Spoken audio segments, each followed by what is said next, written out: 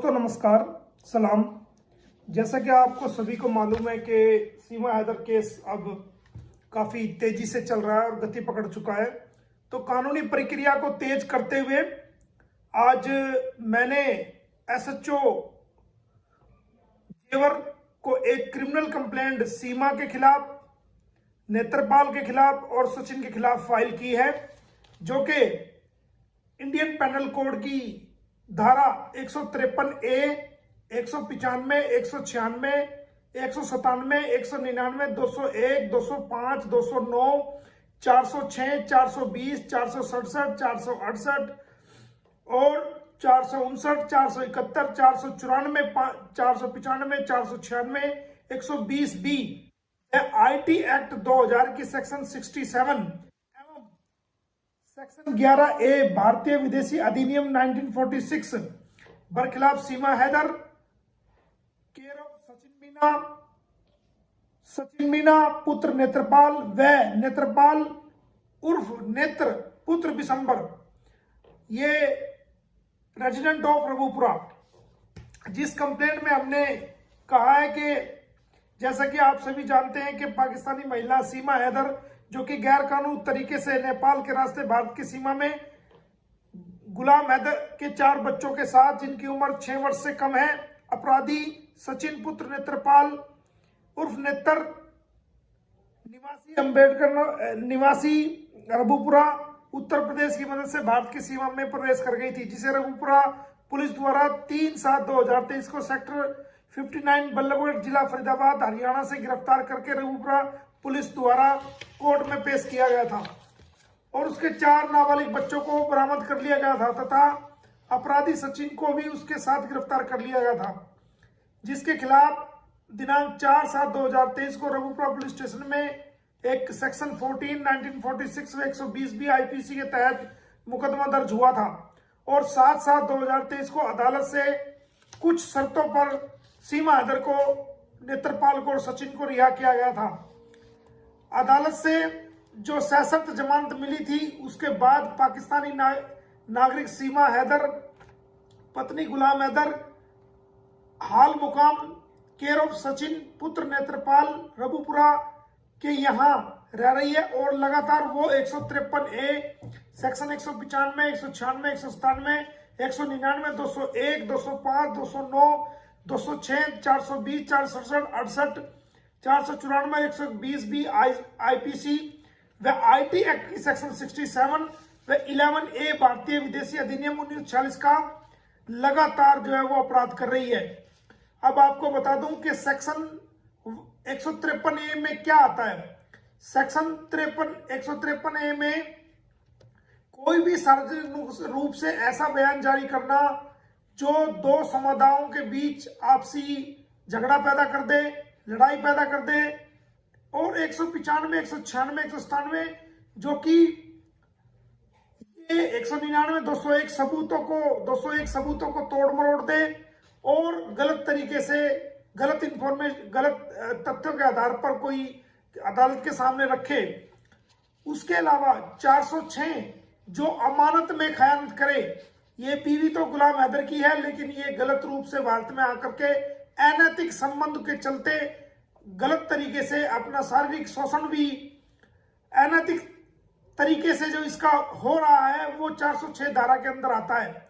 उसके अलावा जो इसने जमानत में अपने आप को गुलाम है, जब ये कह रही है कि 13 मार्च 2023 को इसने सचिन के साथ हिंदू रीति रिवाजों से शादी कर ली थी, तो और ये एनिवर्सरी मनाने जा रही है, तो फिर किस आधार पर इसने जमानत के अंदर अपना आप को गुलाम हैदर की वाइफ कहा है और FIR के अंदर जो इसने फैक्ट बताए हैं, जो FIR में दर्ज है, उसके मुताबिक इसने गुलाम हैदर को अपना पति बताया है। इसके अलावा जो कबूलनामा इसने किया है, उसके अंदर भी इसने अपने आप को गुलाम हैदर की वाइफ बताया है।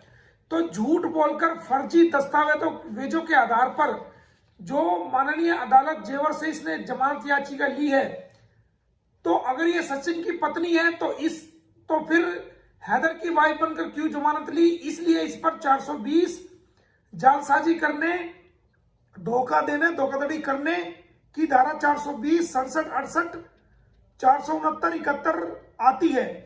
इस पर हमने 494 का भी धारा लगाई है, जो कि 494 धारा एक पति के रहते हुए जब एक पति जिंदा है तो बिना तलाक के किसी और व्यक्ति से शादी करना बाईगानी उसको कानून की भाषा में कहा जाता है। बाईगानी करना वो 494 में आता है। 495 में भी उसी की संज्ञा दी गई है, 496 में भी। 120 बी में जो नेत्रपाल और सचिन के ने जो इसका साथ दिया है इस अपराध को करने के लिए, उन पर लागू होती है। और सेक्शन 67 जो कि आईटी एक्ट की, यानी कि मीडिया द्वारा किसी भी भ्रांति को, झूठी बात को, भ्रम को फैलाना, झूठ बात को फैलाना मीडिया के माध्यम से, वो सेक्शन 67 आईटी एक्ट 2000 की आती है। इसके अलावा सेक्शन ए विदेशी अधिनियम 1946 का भी अपराध किया है। तो हमने डिटेल से आज पूरी कहानी लिखकर और इसके अंदर बताया कि अगर ये कहती है कि भाई मैंने सचिन से 13 मार्च 2023 को शादी की थी, तो हमने कंप्लेंट में लिखा है तो आपने जमानत के अंदर अपने आप को गुलाम हैदर की बीवी बताकर क्यों जमानत अर्जी फर्जी जालसाजी करके दायर की, और क्यों आपने वो जमानत वहां से बतौर गुलाम हैदर की बीवी प्राप्त की? अगर आपने शादी कर ली थी तो आपको सचिन की वाइफ बताना चाहिए था। तो इस प्रकार हमने सारी डिटेल के साथ आज इसका अभी कोई कानूनी तलाक नहीं हुआ है और ये किस प्रकार ये सोशल मीडिया पर कह रही है कि भाई हम अपनी एनिवर्सरी मनाने जा रहे हैं, तो वो लिखित में शिकायत कम से कम 20 धाराओं के तहत हमने आज एसएचओ जेवर को उनके कार्यालय में लिखित में कंप्लेंट दी है। और वहीं से हमने, क्योंकि रिसीविंग उन्होंने हमें कोई दी नहीं है, तो हमने एसएचओ को भी बताया कि आपके कार्यालय ने हमें कोई रिसीविंग नहीं दी है। तो मैंने वही थाना सही कमिश्नर ऑफ पुलिस को और डिस्ट्रिक्ट मजिस्ट्रेट को और खुद एसएचओ को पीडीएफ द्वारा कंप्लेंट जो है वो मेल कर दी है और बाय हैंड कॉपी भी उनको दे दी है। अब जल्द इसके खिलाफ एफआईआर दर्ज होगी और इन धाराओं में कम से कम 20 धाराएं हैं जिनके अंदर 7 साल से 10 साल तक की सजा का प्रावधान है। अगर ये एफआईआर दर्ज होने के बाद पुलिस इसको बुलाएगी और बाकायदा इसका बयान दर्ज करेगी कि आपके खिलाफ ये एलिगेशन है, आप बताइए। अगर ये कहती है कि मैंने सचिन से शादी कर ली 13 मार्च 2023 को, तो फिर तुमने कोर्ट में खुद को गुलाम की बीवी दिखाकर क्यों जमानत ली? तो इसके ऊपर 420, 467, 68, 471 जालसाजी की सारी धाराएं लगेंगी। अगर ये कहती है कि नहीं मैं तो गुलाम की बीवी हूं, तो फिर ये भारत देश को और देश के लोगों को क्यों गुमराह कर रही है? तो ये दोनों तरह से फंस चुकी है। अगर ये खुद को गुलाम की वाइफ बताएगी तो जब भी ये फंसेगी, और अगर ये खुद को सचिन की वाइफ बताएगी तब भी इस पर 420 की सेक्शन लागू होगी।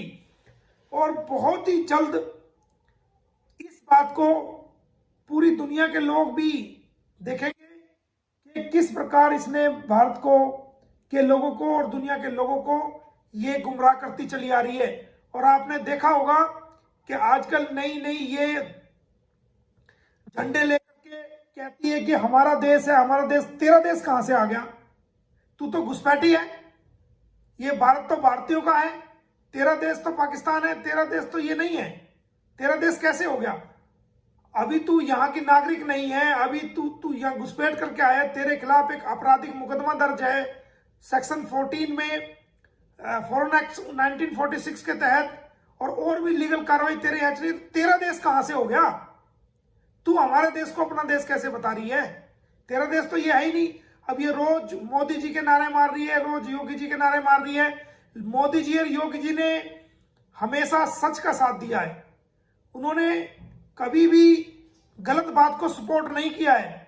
और अगर आप उनसे भी कोई इंटरव्यू में कहीं कोई पूछेगा तो वो यही कहेंगे कि इसको भारत का वीजा लेके आना चाहिए था, क्योंकि इस्लामाबाद पाकिस्तान में हमारा भारतीय दूतावास हाई कमीशन ऑफ इंडिया मौजूद है, उसके अधिकारी वहां मौजूद है। अगर कोई भारत आना चाहता है तो वो आवेदन लेते हैं और इंटरव्यू करते हैं, और जो जिनका कोच होता है उनको वो कभी भी वीजा के लिए मना नहीं करते हैं। तो फिर आप घुसपैठ करके क्यों आए हो? तो ये सब ड्रामे ये कर रही है और आने वाले टाइम में आप देखना ये बचने के लिए और इससे बड़े बड़े ड्रामे करेगी। तो आप सभी भारतीयों को इसके ड्रामों से सतर्क रहना है और जल्दी ये जेल जाएगी। हमने अपनी कानूनी कार्रवाई को तेज कर दिया है।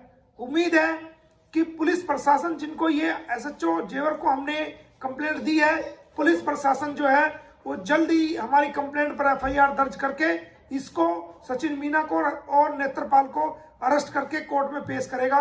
बहुत बहुत धन्यवाद। Thank you.